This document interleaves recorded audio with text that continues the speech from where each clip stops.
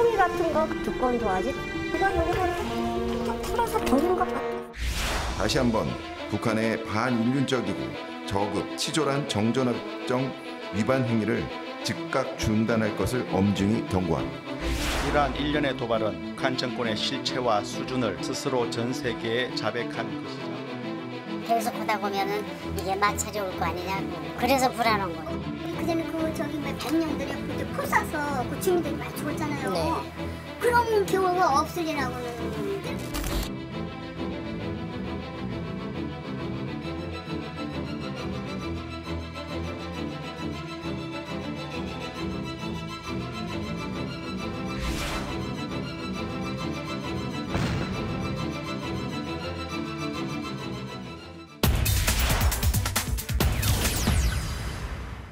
네, 벌써 6번째라는 주제입니다. 자, 보신 것처럼 북한이 오늘 새벽 동해상으로 탄도미사일을 발사했습니다. 자, 어제는 연이틀 우물풍선을 보낸 바 있죠. 북한이 왜 이러는 건지 저희 외교안보팀 김세희 기자와 자세히 얘기 나눠보도록 하겠습니다. 안녕하십니까?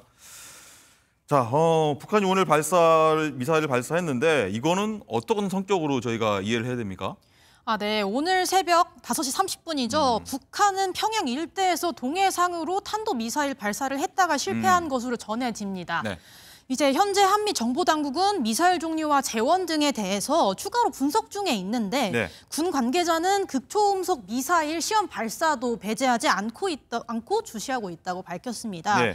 또 이번 주부터 한미일 이제 3국 최초로 다영역 군사훈련인 프리덤 엣지 시행할 예정인데 네. 이를 의식한 움직임이라는 얘기도 나옵니다. 그렇군요. 어쨌든 이 오늘 오전에 새벽에 미사일 발사했고 어제까지는 오물풍선을 6번째로 이틀 연속으로 보내 살포를 했는데 자, 우리 군은 대응할지 어떻게 대응할지 가장 관심인데 대북 확성기랄지 아니면 또 다른 대응 분위기랄지 나온 게 있나요?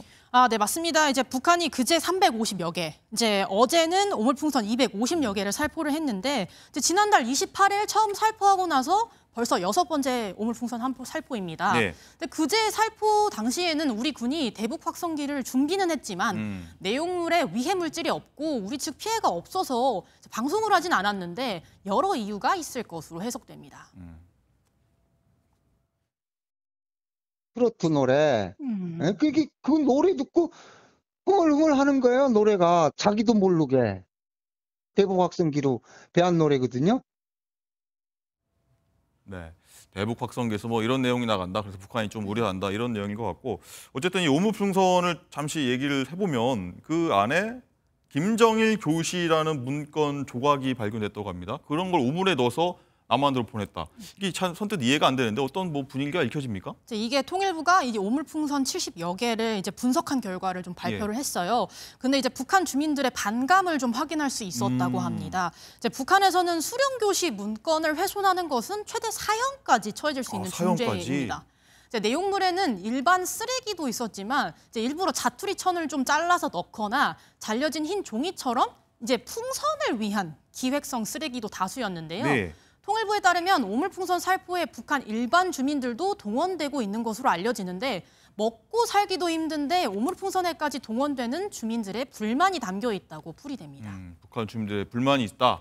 이런 내용까지 한번 살펴봤고 자, 그 와중에 북한 내부 상황을 살짝 살펴보면은 이 영어를 성공의 지름길 이렇게 표현하면서 북한 내부에서 영어 교육 열풍이 벌어지고 있다는데 이게 좀 아이러니한데요? 네, 맞습니다. 이제 북한 같은 경우에는 미국 문화를 이제 썩어 빠진 양키 문화라며 이렇게 굉장히 비하하기도 하는데 이제 아이러니하게 영어 교육은 장려한다고 합니다. 최근 여러 매체에 외국어 교육, 특히 영어의 중요성을 강조하는 모습이 확인되고 있는데요. 특히 컴퓨터 기술 교육과 외국어 교육을 강화할 데 대하여 가르쳐 주셨습니다. 외국어를 비롯해서 교육 내용의 실용화를 위한 사업을 실속 있게. 초등학교에 준하는 기관에서도 영어 학습실이 따로 마련돼 있는 모습입니다. 그렇군요.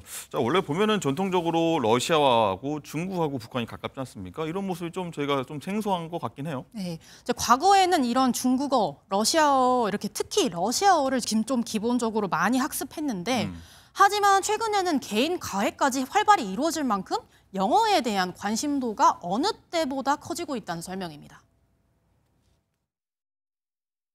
영어 과외가 제도권의 이제 그 요구사항을 훨씬 넘어서 활성화되고 있다고 얘기를 들었어요. 러시아에 집중할 것 같지만 사실상 영어 붐은 꺼지지 않을 것이라는 전망을 해볼 수가 있습니다. 불과 며칠 전에는 유창한 영국식 영어로 북한을 선전하던 북한 유튜버 송하의 소식을 선전하기도 했는데요. 예.